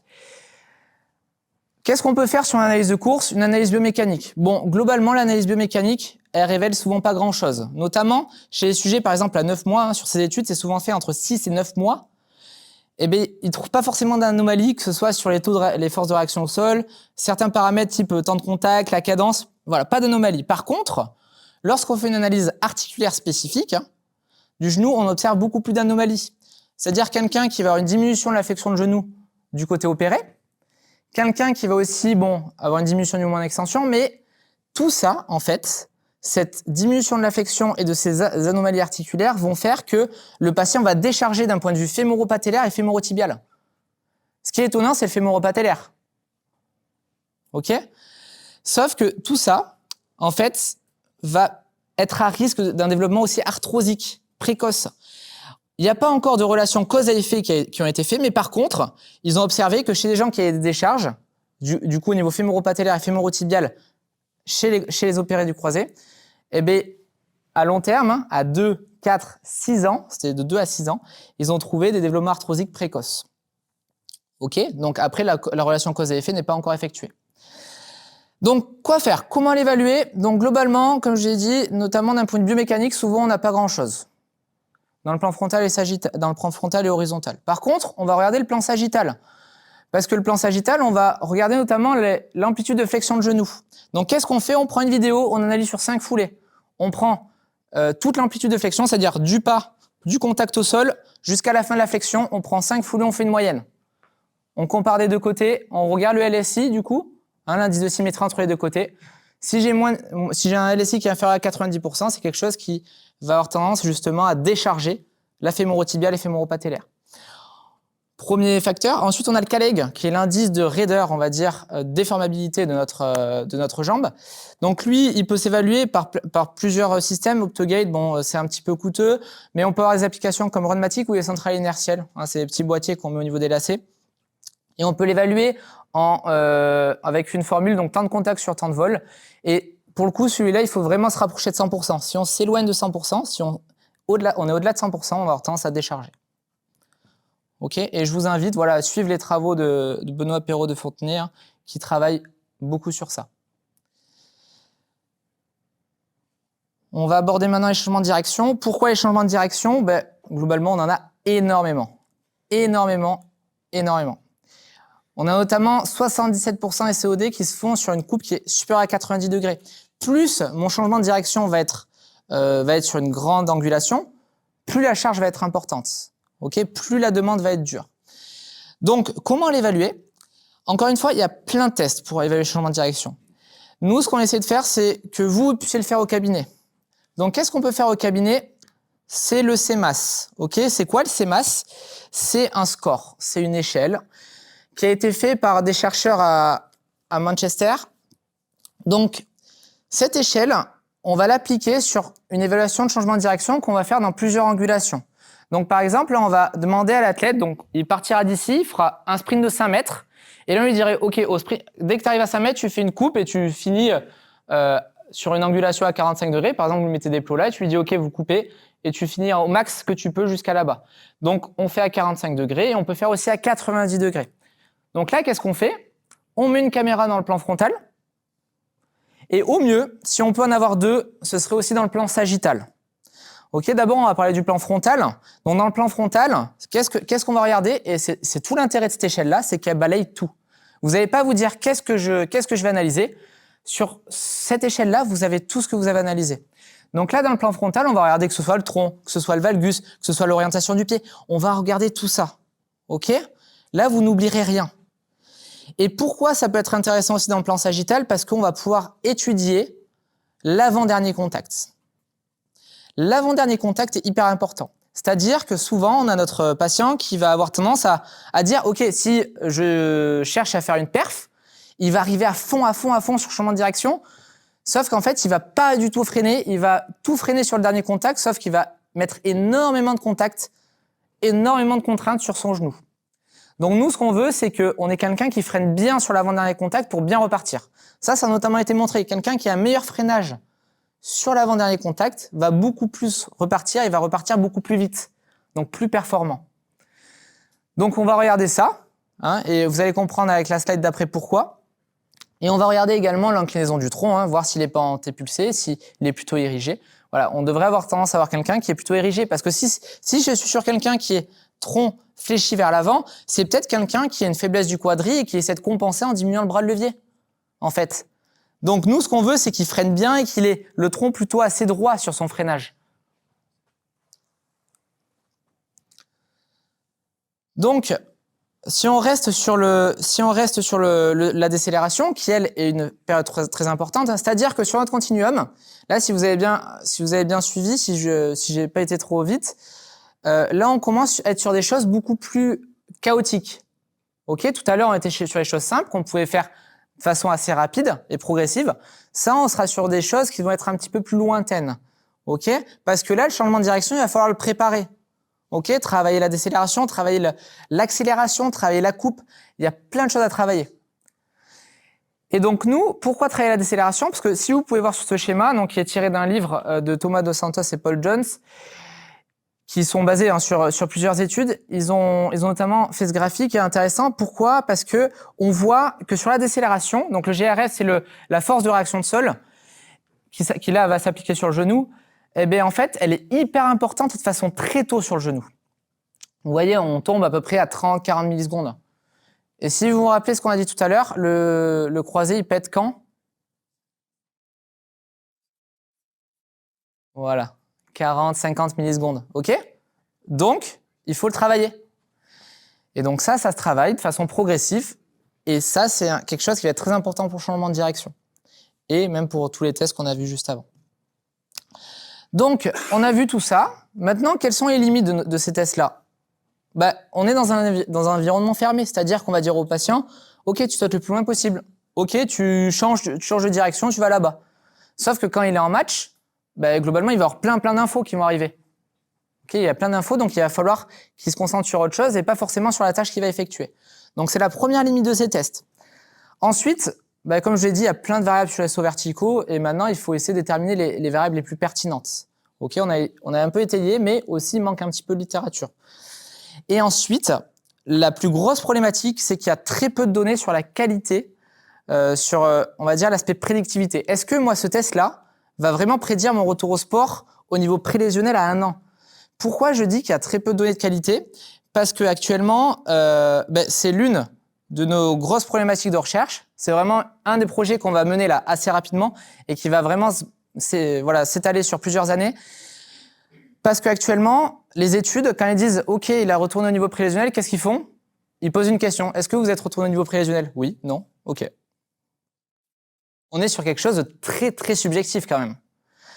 Ok, donc il y a un grand manquement sur ça, c'est que pour dire si notre patient il est repris au niveau prélésionnel ou supérieur, il faut le questionner. Il faut lui dire « Ok, combien de temps tu joues? Combien d'heures d'entraînement tu as par semaine? Est-ce que tu as joué le même nombre de minutes? C'est-à-dire combien de minutes tu as joué là, sur le match? Est-ce que, et s'ils sont pros, si on a des GPS, on peut aller un peu plus loin. En fait, il faut vraiment aller sur la spécificité du sport. Donc, quand vous l'avez au cabinet, en pré-op, vous avez le temps de discuter avec votre patient. Hein, donc, il y a la MI à travailler, il y a plein de choses, on va être sur la table, on va travailler. Ok? Et bien donc, vous lui posez des questions. Ok? Comment tu jouais avant? À quelle intensité? Quelle fréquence? Ok? Questionnez-le, comme ça vous fait votre base à vous. Donc ça, c'est le premier projet de recherche du centre. Ensuite, le deuxième, c'est l'étude relationnelle entre les tests fonctionnels. C'est-à-dire que aujourd'hui, on entend beaucoup les sauts horizontaux, c'est de la merde, il faut pas les faire. On sait pas. Et par contre, tout le monde dit, enfin surtout Aspetar qui travaille sur ça, ok, il faut faire que les sauts verticaux. Il faut faire à fond des sauts verticaux. Ok, peut-être, il faut faire les sauts verticaux. Mais en fait, on ne sait pas s'il y a des relations déjà entre ces tests-là. Ok, donc nous, ce qu'on veut, c'est étudier si on a des relations entre, par exemple, certaines variables sur les sauts verticaux, les sauts horizontaux, mais également certaines autres métriques. Ok, donc ça va être une première chose qui va être aussi intéressante. Troisième chose, qui est un petit peu à part, c'est l'étude exploratoire du solaire.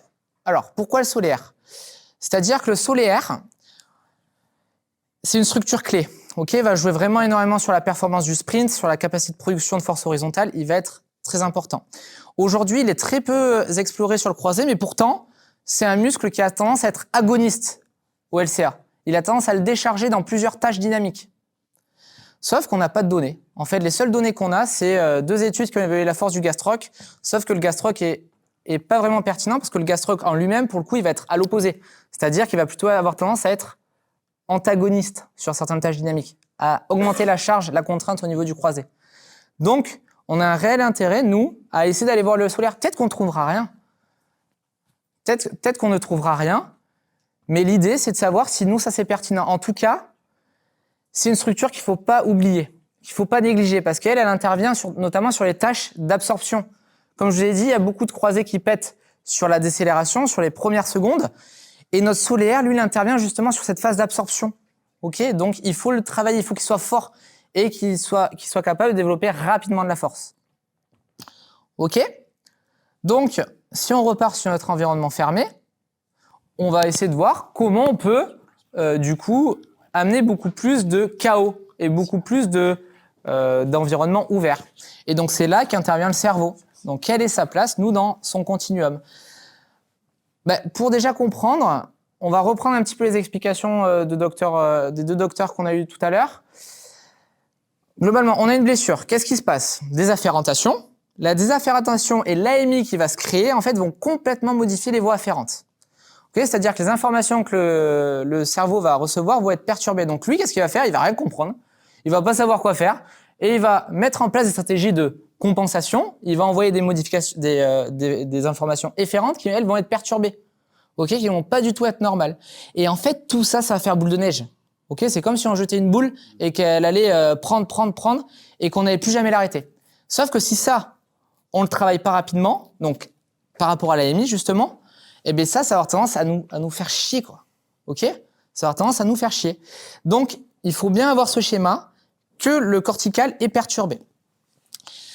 Et il est perturbé comment? Notamment voir quelqu'un qui va augmenter, on va dire, sa consommation d'oxygène, parce que c'est comme ça qu'on voit d'un point de vue cortical, au niveau des voies visuelles. Donc, c'est quelqu'un qui va avoir des stratégies visuomotrices, ok, et moins, du coup, de stratégies proprioceptivo-motrices, qu'on veut, nous. Notamment, là, vous pouvez voir, et ça, c'est maintenu à long terme, hein, jusqu'à 10 ans, ok, jusqu'à 10 ans. Donc, pour ça qu'il faut, c'est un point très, très important. Vous voyez sur l'étude d'en bas, comment ils font pour étudier ça, même sur des mouvements très simples. Ils mettent la tête dans l'IRM, ils font faire des flexions-extensions de genoux. Même ça, il y a des modifications corticales. Ok, et sur cette étude-là, il était à 1 an. Ok, et ils ont trouvé des modifications corticales, que ce soit au niveau du gyrus lingual. Ok, le gyrus lingual, c'est celui qui intervient dans l'attention visuelle et la mémoire visuelle. Et il y avait également une modification au niveau du cervelet. Ok, vous avez vu ces compensations qui sont énormes en fait, que ce soit cortical, cervelet. Donc on a quelqu'un qui va passer sur les stratégies visiomotrices, quelqu'un qui va aussi ne plus avoir d'automatisme, il va avoir besoin d'avoir un contrôle permanent. Ça a notamment été aussi montré sur les études où ils ont fait, ils ont fait faire de l'imagerie mentale. C'est-à-dire qu'ils les ont mis dans l'IRM, ils ont mis un écran, et ils leur ont dit, OK, quelqu'un qui faisait un drop jump, ils leur ont dit, vous allez vous imaginer faire le mouvement. OK, rien qu'en s'imaginant faire le mouvement, ils avaient aussi des modifications corticales par rapport à des sujets contrôle. Et autre fait intéressant, si on rebondit sur la force musculaire, les personnes qui ont un LSI inférieur à 90%, donc c'est-à-dire globalement force musculaire qui est un peu dans les choux, même dans les choux, eh bien ces gens-là ont beaucoup plus de modifications corticales que les gens qui avaient un LSI qui était supérieur à 90%. Tout l'intérêt de travailler la force et d'évaluer notre système quadricipital et ischio-jambier. Donc, comment le faire? Donc, on peut mettre en place des neurotests qui, elle va remettre le patient dans son environnement, mais également lui apporter plusieurs stimuli, plusieurs informations. Et donc, on va avoir des neurotests qui, eux, on va les passer un à un, qui ressemblent en fait à nos hop tests que vous avez vus tout à l'heure. C'est pas plus difficile que ça. C'est-à-dire qu'on va faire un hop test, mais cette fois-ci, on peut faire un go-no-go. C'est-à-dire qu'on met un pod où on peut très bien mettre, au-delà du pod, si vous avez une tablette, c'est mettre un PowerPoint qui défile de façon automatique, mettre plusieurs couleurs et lui dire, OK, dès que tu vois la couleur rouge, il faut que tu sautes le plus loin possible et le plus rapidement possible. Et en fait, nous, ce qu'on va faire, c'est qu'on va comparer cette distance avec la distance qu'on a obtenue dans un environnement fermé, c'est-à-dire le fait de faire le saut tout seul. Et donc, c'est là qu'intervient la formule que vous avez juste à droite, qui est proposée par Dustin Grooms, donc avec qui on est en collaboration, avec qui on travaille, et que vous pouvez avoir des articles aussi sur la plateforme. Eh bien, on prend la perf sur les sauts standards, moins le neurotest sur le standard, et on fait x100, et on a un pourcentage. Et ça va nous donner ce qu'on appelle le coût de la double tâche, ou dual task. Mais nous, ce qu'on veut, c'est que ce coût de la double tâche soit 1. Alors, du coup, là, faut que ce soit inférieur à 10%. Okay, je me suis trompé de direction. Mais l'idée, c'est que si elle est supérieure à 10%, non, en fait, je ne me suis pas trompé parce que du coup, ça veut dire qu'on a une dépendance cognitive excessive. OK ? Donc, si on est supérieur à 10%, c'est qu'on va avoir quelqu'un qui va dépendre énormément de son système visuel et de son système cortical. On peut faire la même chose sur le crossover. Donc ça, c'est que des tests qui ont été validés. OK ? Parce qu'il y en a plein qui existent. Et donc ça, c'est ceux qui sont validés. Et on peut faire aussi un memory. C'est-à-dire, au-delà de le faire en test, vous pouvez le faire aussi en réhab. Mais là, sur le memory, par exemple, on va lui dire, OK, tu pars au vert. Et à chaque fois que tu fais un saut sur le triple, il faut que tu mémorises les couleurs qui passent. Et en fait, à la réception, il faut que tu me ressortes toutes les couleurs que tu as eues. Donc, ça veut dire qu'il pense plus à sa perf, il pense à ce qui va lui arriver, et il va plus du tout penser à il faut absolument que j'atterrisse bien avec une flexion de genou. Ok, parce que si sur votre éducation vous l'avez bassiné, vous lui avez dit faut absolument que quand tu viennes, tu fléchisses bien sur le genou. Lui, il va arriver, il va dire mais moi ce test-là, il faut que je le fasse en ayant une bonne flexion de genou. Donc tout l'intérêt de faire ces tests où on va le perturber. Ok, on peut même faire des calculs mentaux. Voilà, vous pouvez vous amuser. Il y a vraiment ouverture.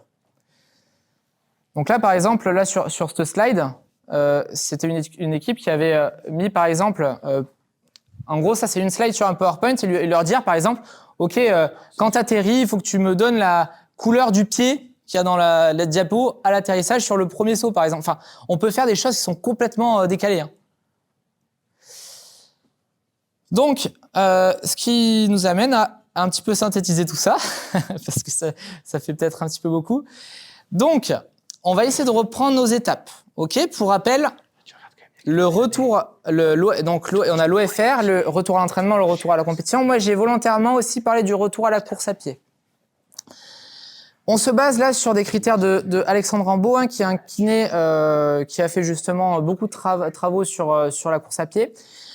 Ce que j'ai rajouté, c'est l'IKDC. OK, supérieur ou égal à 64. Pourquoi ? Parce qu'il y a une étude qui a notamment montré que les patients qui avaient justement un IKDC supérieur à ce score-là avaient tendance à avoir un retour à la course à pied qui était plus réussi que ceux qui avaient un score inférieur. Ok, donc on peut avoir quelque chose qui peut être intéressant en l'utilisant. L'IKDC, c'est pareil, c'est une échelle auto-rapportée par le patient. Non pas psychologique, mais c'est une échelle plutôt sur son ressenti vis-à-vis de son genou. Donc, maintenant, l'OFR. Donc, l'OFR, pour rappel, c'est le moment où l'athlète va commencer à retourner progressivement sur le terrain. Donc, vous allez même pouvoir, si vous avez la chance, aller sur le terrain avec lui, ou même, dans votre cabinet, c'est juste, en fait, le remettre dans son environnement, lui remettre un peu de ballon, lui remettre un petit peu de situation spécifique au sport. Et donc là, pour le coup, sur toute notre éduc, on va toujours avoir cet aspect clinique. C'est-à-dire qu'il faut qu'il ait une amplitude qui soit récupérée, une douleur et un gonflement qui ne sont pas présents. Ça c'est quelque chose qu'il faut toujours qu'on ait. Et du coup, on arrive sur les tests de force. Donc tests de force, là on peut se baser sur quelque chose qui se rapproche de 80% de symétrie pour commencer, et plus progressivement on augmentera. Mais voilà, là on peut aller tester notre quad, on peut aller tester nos ischios, et on peut aller tester, comme ce qu'on a dit tout à l'heure, solaire, mais également la force de hanche. Ok ? Ne pas avoir peur en fait de faire vos bilans sur plusieurs séances. Vous pouvez très bien vous dire Aujourd'hui, ok, on va faire force quadre ischio et on va faire des sauts verticaux. Et la prochaine fois, on fera le solaire, la hanche et autre chose, ou que ça. N'hésitez pas à séquencer, parce que ça fait des fois un peu beaucoup. N'oubliez pas que le principe de l'EBP, c'est pas la science qui vous dicte. En fait, la science vous aide. Vous aide à choisir, vous aide dans cet aspect-là. Et il ne faut pas oublier aussi votre expérience. Ok ? C'est science, expérience. Donc, si vous avez de l'expérience et vous dites ce test-là, je le sens bien, je le fais, j'aime bien, eh bien faites. Ok ? La science vous guide juste, vous impose pas. Ensuite, retour à l'entraînement. Donc, pour rappel, retour à l'entraînement, c'est le moment où il va reprendre l'entraînement de façon modifiée ou complète avec le groupe, mais qui n'a pas encore repris les matchs. Là, pour le coup, on va être exigeant et on va commencer, du coup, à être beaucoup plus proche des 100% d'un point de vue LSI parce que il va reprendre la demande du match. Donc là, il va y avoir des situations chaotiques. Et c'est pour ça qu'on va intégrer des neurotests, là, par exemple. Neurotests, test de changement de direction. Là, je vous ai mis volontairement le Curse Sprint, qui est un sprint en fait sur 10 mètres mais de façon courbée, qui peut être intéressant, et le 505. Alors pourquoi le 505 est intéressant? Parce que, je sais pas si vous connaissez, mais c'est je pars, je sprint, et en fait j'arrive à une limite et je fais un changement de direction à 180 degrés. C'est-à-dire je fais demi-tour sur moi-même. Ok, je reviens et je finis en sprint sur 5 mètres. Il est intéressant parce qu'on évalue l'angulation à 180 degrés, qu'on n'évalue pas sur le CMAS. Ok, mais rien ne vous empêche de prendre les critères du CMAS pour évaluer sur le 505 et faire une vidéo. On voit beaucoup l'aspect quantitatif. Globalement, pour évaluer un aspect quantitatif sur ce test-là, il faut du matos. Des cellules chronométriques, il faut aussi être équipé. Mais déjà, en faisant de l'analyse vidéo, vous pouvez vous amuser. Ok, et ça, je pense que tout le monde a un téléphone, donc je pense que ça pose pas de problème. Et ensuite, notre retour à la compète et à la perf, mais globalement, exigence. Exigence, exigence, exigence, exigence. Ok, ne pas avoir peur d'aller au-delà. Même s'il a 100% de LSI, il faut aller stimuler, il faut aller renforcer son nombre 5, son nombre opéré. Ok, vous vous servez de certaines normes, donc là vous avez l'article que je vous ai montré, et puis on y va. Ok, on est exigeant. Le CMA, j'ai mis inférieur à 3 sur 11, en fait c'est un score sur 11. Encore une fois, s'il a 4 et que les critères, c'est-à-dire les 4 points qu'il perd, sont pas très problématiques sur sa gestuelle et que certains autres c'est bien, mais ok, en fait, il faut faire une analyse spécifique de chaque critère. Ok ? Voilà.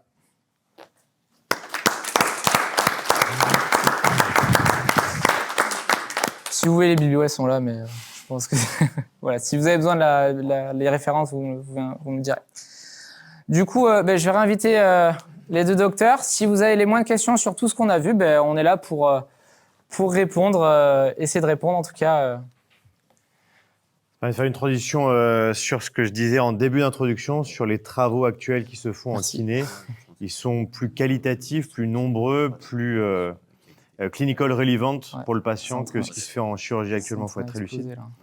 Alors, je pars sur ma petite échelle, mais là, les travaux qu'a présenté Damien, c'est monstrueux. Intéressant qu'on fasse ce lien-là. Monstrueux, et c'est très, très qualitatif pour le rendu patient à la fin sur le terrain. Il y a de très belles choses. Enfin, je vais dire, en gros, c'est le principe du multidisciplinaire. C'est-à-dire que là, ces travaux-là, nous, on ne les fait pas en médecine, comme vous n'avez pas fait les travaux qu'on fait en médecine. C'est pour dire que là, la qualité méthodologique, les sujets abordés, etc., c'est énorme. Et nous, on ne le fait pas de notre côté. Alors, Bertrand Sonnecotte, justement, a amené cette passerelle-là avec sa thèse sur l'AMI. Et nous, avec Mathieu, on bosse beaucoup sur cette interdisciplinarité. Mais c'est magnifique. Franchement, bravo. Ce que j'étais en train de dire, c'est que je trouve ça fantastique, les progrès qui ont été faits en termes de qualité scientifique et de progrès dans la rééducation post-op du croisé. C'est assez fantastique. Et je n'ai pas de biais de comparaison, mais je pense qu'il y a de beaucoup plus gros progrès dans votre spécialité que dans la nôtre actuellement. C'est une certitude sur laquelle on est un peu figé techniquement. Et surtout, il y a des gens qui ont pris le taureau par les cornes. C'est ce qu'on reprochait avec Thibaut il y a quelques années, à dire pour progresser en rééducation, il faudra quand même des mecs qui se bougent pour faire des articles. Aujourd'hui, c'est incroyable. C'est quotidien, les modifications. Et puis en plus, je trouve qu'il y a un accès maintenant à la connaissance et au contenu. Là, tous les gars que tu as cités, Benoît, on a fait un webinaire avec lui, avec Full Physio récemment. Florian, il vient dans un mois. Alexandre Rimbaud et Jérôme Rira ont fait des choses ensemble. Donc, il y a un accès et une mise à disposition du contenu qui est... Alors là, celui qui a tout retenu du topo de Damien, il est costaud. Mais moi, j'ai pris quelques photos et je suis content. Ouais. Est-ce qu'il y avait des questions sur les sujets Ouais, la question, je suis désolé si c'est débile, mais en gros, pourquoi est-ce qu'on parle que depuis 10 ans du ligament antérolatéral et pourquoi est-ce qu'on en parle que depuis 10 ans alors que l'anatomie, on la connaît depuis quand même un certain nombre. Alors déjà, zéro question débile. Et tu l'as dit, en fait, on a compris son existence et son comportement biomécanique avant son anatomie. Donc l'anatomie précise, c'est 2012, Journal of Anatomy, l'étude de Claes. Mais en fait, on avait compris l'importance biomécanique de ce ressort rotatoire bien avant, et c'est pour ça qu'on faisait des reconstructions ténodèse latérales, notamment la plastie de Lemaire, avant de comprendre l'anatomie précise. Donc peut-être qu'on renforçait de façon latérale sans être précis de façon anatomique, et ça, on l'est précis depuis 2012. Et on a fait un peu le chemin à l'envers. On s'est dit, tiens, on a des ruptures, tiens, biomécaniquement, on ne gère pas ce qui se passe en extra-articulaire par une plastie seulement intra-articulaire, et après, on est arrivé à l'anatomie plus récemment. Je pense qu'il y a une question de chacun faisait un peu le boulot dans son coin par rapport au ligament antérolatéral. Tu as eu des plastiques extra-articulaires de Lemaire, des Macintosh au fascialata, des Strasbourgeois qui opéraient tous les joueurs de foot professionnels pendant des années. On avait la sensation que ça cassait moins, que c'était mieux, que c'était plus solide. Globalement, moi j'entendais ça au début, mais pas de preuves scientifiques. Là où on a progressé, c'est qu'il y a enfin des gars qui ont dit on va vraiment publier des choses en orthopédie aussi. On n'est pas juste des menuisiers. Et donc ils l'ont prouvé. Et donc on y est passé. Il y a encore des opérations, du coup, tu fais pas de renfort ou tu fais systématiquement. Alors, en gros, ce qu'il faut retenir, c'est quand même il faut le faire de façon majoritaire. Moi, l'année dernière, je fais 400 croisés et les stats, c'est 92% avec renfort latéral. Donc, en fait, souvent, c'était des ruptures anciennes chez une patiente de 55 ans qui veut faire du ski une fois dans l'année. Je prends l'exemple type et je pense, notamment dans le temps chirurgical, même si on est à 6-7 minutes de différence, et puis dans le fait de laisser un ischio-jambier, qu'on reste moins agressif avec juste cette plastie intra-articulaire. Mais tu vois, j'ai 8% de mes plastiques qui sont des plastiques isolées. On retient qu'il faut le faire tout le temps. Moi, j'avais une question. Vous n'avez pas trop parlé sur les allogreffes, parce qu'on en a parlé cette semaine au cabinet. Voir avec vous si vous en pratiquez, dans quel cas, et quels étaient les résultats si vous en avez, et l'avenir de ça globalement. Très bonne question. Indication, reconstruction multiligamentaire de genou aujourd'hui, quand on n'a pas assez de biscuits sur un genou pour bien faire. LCA, LCP, plan externe, plan interne, en général, il nous manque un truc. Même si on simplifie, et moi j'ai beaucoup simplifié au fur et à mesure de ces années, mais reconstruction multiligamentaire au profit du patient, je le pense, on n'a pas assez. Accessibilité difficile. On a quelques banques de dons de tissus en France, Clermont-Ferrand, principalement aujourd'hui qui supplantent, et une à Paris. On en a à Barcelone, il y en a quelques-unes en Europe, mais ce n'est pas quelque chose qui est facilement accessible. C'est quelque chose qui est coûteux, qu'aujourd'hui la clinique nous permet de rembourser en trichant un peu sur les codes sécu, mais qui n'est pas bien instruit dans les remboursements sécurité sociale. Ça fait beaucoup de paramètres qui fait que c'est un peu dur d'en avoir à titre systématique. La vraie différence avec les États-Unis, qui en utilisent beaucoup plus que nous, c'est qu'ils ont des fusillades permanentes, ils ont des allogreffes fraîches en grande quantité. Et c'est véridique. C'est juste qu'il faut voir aussi la question. Nous, l'allogreffe qu'on va obtenir, on ne sait pas sur qui elle a été prélevée. C'est-à-dire que ça vient d'un don d'organes, peut-être d'un mec de 60 piges, qui n'a pas la même qualité tissulaire que le gamin de 17 ans qu'on veut reconstruire. Donc il y a aussi ce paramètre-là, où c'est pas comparable, si vous voulez, des études scientifiques là-dessus. Nous, ce qu'on fait en France, c'est ce qui est publié dans le monde, qui n'est publié quasiment qu'aux États-Unis. Voilà. Donc on le garde quand on n'a plus rien, chirurgie de reprise ou reconstruction multiligamentaire. Et je pense sincèrement qu'on n'a pas meilleur tissu pour le moment que ce qui est encore vivant sur le malade lui-même. Pas de preuves scientifiques, je m'abstiens d'autre chose. En tout cas, pas en première intention. On n'utilise pas l'allogreffe en première intention. Et après, difficulté d'accès, plus de ruptures parce qu'il y a les phénomènes de stérilisation qui peuvent rendre la greffe plus fragile. Ce n'est pas une autogreffe dont l'incorporation biologique est moins bonne. En tout cas, ce n'est pas de la prétention mal placée. On a la chance d'en faire beaucoup à Bordeaux-Nord. Quand je te dis beaucoup, c'est une par mois. Mais sur l'échelle nationale, on est dans les centres qui en font beaucoup. À Lyon, par exemple, ils en font un petit peu. Hein. Enfin, là, j'en ai eu Bien sûr. cette semaine. Sur la LCP, ils ont fait une allogreffe du tibial postérieur.